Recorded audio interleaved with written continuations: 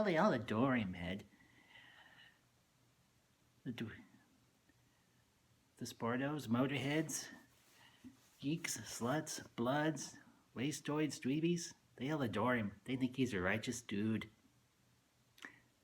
Good morning, everyone. It is the Ambassador coming at you with a brand new work video. And if you couldn't pick up on the quote, today we will be discussing Ferris Bueller's Day Off. And the reason I wanted to cover this movie today is as you all probably know, for those of you who follow me on Twitter, I've been down for almost a day and a half. And Ferris Bueller's Day Off is one of those movies you watch when you feel like crud. Now, granted, I didn't watch it, but it was on my mind. And considering what Mr. Ferris Bueller pulls at the beginning of this movie, I figured, no, I'm not saying I deliberately took a day off. I legitimately felt like crap. But to kind of bounce back from missing my Monday installment of my work video series, I wanted to do a good one for y'all today. And you cannot talk about the 1980s and not talk about Ferris Bueller's Day Off. And it is, let's just be honest with each other here, it is a classic. It is a modern classic. And you have I will say, an incomparable cast. Matthew Broderick, Mia Sara, Alan Ruck as the dynamic trio of Ferris Bueller, Cameron Fry, and Sloane Peterson. You have Jeffrey Jones as the seemingly inflammable yet incredibly inept Edward Rooney. You have the wonderful parents of Ferris Bueller. And here's a fun fact about that couple. They actually met before filming started for the movie because they wanted to get a good rapport with each other, being they were going to play a married couple and they were going to play the parents of Ferris Bueller. And they actually ended up getting married, and to the best of my knowledge, they are still married to this day. But this movie is so infectiously happy, so incredibly upbeat, that you cannot help but smile when you talk about it or when you watch it. At least that's the case for The Ambassador. And this movie I have seen periodically off and on through my life. I have seen it on VHS when VHS was still a thing. I have it on DVD. Very happily, I say. And it is one that I watch maybe at least 3 or 4 times a year. And even when I'm not sick. But I think there are many great parts to this movie, and I think one of the great parts of it are the wall breaks. The fourth wall breaks done by Mr. Ferris Bueller himself, Matthew Broderick. And particularly at the very beginning, you start the movie off with a fourth wall break. Probably the mother of all fourth wall breaks, in my opinion. You have the checklist of how to fake an illness. You see Ferris Bueller putting together all the little mechanisms and everything that will cover his butt throughout the day while he is on his day off. And I think the really cool thing about this is, and this is an angle I don't know if many people realize, and it's something that Ferris says towards the third act, in the third act of the movie. When he's talking to the camera, he's talking to the audience. When he says, I just wanted to give my friend Cameron a good day. Cameron's life is so miserable and so crappy. His parents are such a couple of, well, let's be candid here, buttholes. His father treats his house like a museum, and he treats his son like, well, a piece in that museum, except he ignores him entirely. And his mother, well, all we know is she's in Decatur. And I can't remember exactly where Decatur is, but I figure it's far away from Chicago. But we get the impression that Cameron's home life isn't the greatest. So you could really call this Cameron Fry's Day Off. And actually, it's not a bad idea for the title for this video. I might use that. But this movie is, like I said, is an icon of the 1980s with the music, with the clothing, with the shooting style, with the fashion of the period, just with the overall aesthetic. This movie screams and bleeds 80s in the best possible ways. And I obviously, as I've mentioned before, I am a child of the 80s, but I grew up in the 80s, and I didn't really get exposed to this movie until like I think like 92, maybe 93-ish, give or take, when we got our first VCR. And this was back when Blockbuster was still a thing. Sadly, no longer is. And me and my mom and everything, we would go to the video store periodically, maybe once or twice a week or so. And at least one time out of two or whatever, I would get Ferris Bueller's Day Off and watch the crap out of it. I could quote that movie backwards and forwards, although I will not do it here for you all today, but that movie is so incredibly quotable. And obviously, I opened with a quote. But I think the other really cool thing about this movie is, I will not lie, I think we all have that fantasy in our mind where we have that one teacher or that one administrator that just seems to have it in for us. And we imagine everything that happens to Edward Rooney during this movie happening to that one teacher, or that one dean, or that one principal, whether it was in elementary or junior high or high school or maybe even college. No, I'm not saying particularly there's somebody at my university I don't particularly like that I want everything that happened to Edward Rooney or something similar to happen to, but I digress. I think the other really cool thing about this movie is we can tell that Ferris's relationship with his sister at the beginning of the movie and probably up until a certain point has not been the best. I mean, let's face it. Jeannie, or Shauna, has a real beef with her brother Ferris, and you can't necessarily say you can't blame her, but at the same time you're like, lady, this is your brother. This is your little brother, as we get the impression, because she can, well, we can assume, well, they're both the same. They're both of driving age, so we can assume they can both drive.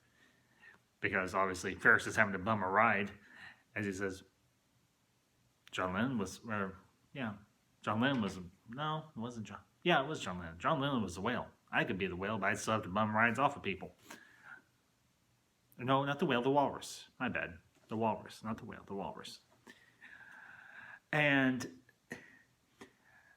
it takes her getting busted for a unphony phone call when Edward Rooney invades the Bueller household for her to finally get her head snapped around right and everything by who other than Charlie Sheen. And we don't even learn the character. We don't even learn his name. It's just Charlie Sheen as some druggie at the police station. And he's like, why don't you quit worrying about your brother and worrying about yourself? And she's like, you know what? This guy's got a good point. Not to mention he's obviously a pretty good kisser. Because we see the two of them making out there on a couch at the police station when Mrs. Bueller shows up to pick her up. And at the end of the movie, you have Rooney and Ferris there at the back door to the Bueller home, and she's standing there, and you almost think, oh, come on, Jeannie, you've got the opportunity here to do something nice for your brother. And she does. She comes through, and you can tell that the relationship between her and Ferris are going to have a turnaround. And honestly, I think that is a great moment. That is a great, great thing. And the other really cool dynamic of this movie is you get a real sense of a real solid lifelong friendship between Ferris and for him, Cameron. Sorry, I almost slipped there. And the funny thing is, Matthew Broderick and Alan Rook had actually shot Biloxi Blues, a movie I'm not terribly familiar with, but it was one they evidently had shot before they shot Ferris Bueller's Day Off, because when John Hughes was casting this movie, he wanted to have a good dynamic between all the actors, and he wanted Matthew Broderick for Ferris, but then he's like, who do I get to play the best friend? And then they cast Alan Ruck as Cameron Fry. But you get this real good impression that Ferris has always tried to be there for Cameron, tried to be there for his best friend. I mean, this is his right-hand man. This is his best bud. And Ferris goes beyond the moon, above and beyond, to give his friend one good day. And he does. Because, as Ferris says, we've seen priceless pieces of art. We've seen every part of the city. We've eaten pancreas. Because you have that scene in the restaurant, J. Suisse or whatever, with that snooty little maitre d'. And you're just like, I don't like this guy. And he only has like one, maybe two scenes. You get the impression that this guy's a real first-class butthole in life. Or in the Ferris Bueller world, and you're like, "Geez, what a jackwagon! What a first class butt wipe!" And Ferris completely and utterly owns him. Yes, I'm Abe Froman. What do you mean? Are you saying I am who I'm not am who I say I am? Get the police on the phone here. Just completely owns the maitre d'. You're just like, yes! Another good title for this movie would have been Ferris burns down the butt wipes of the world. It doesn't have the same ring. Never mind. But, and another great character is the secretary, Grace. And she doesn't have many scenes, but the scenes she has, she just completely owns them. And on a few occasions, she even owns Jeffrey Jones's character, Ed Rooney, the vice principal. And she did so many really good 80's movies, because obviously she played Grace. She played the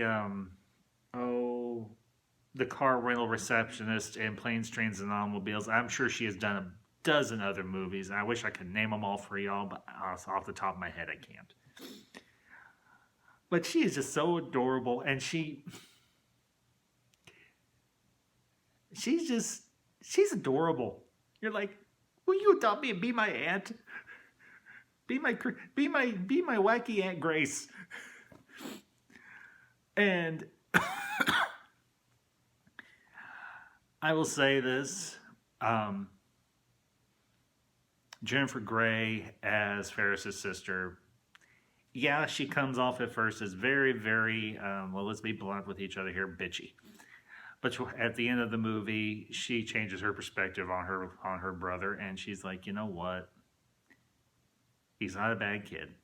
He is my brother. I do love him, and I don't.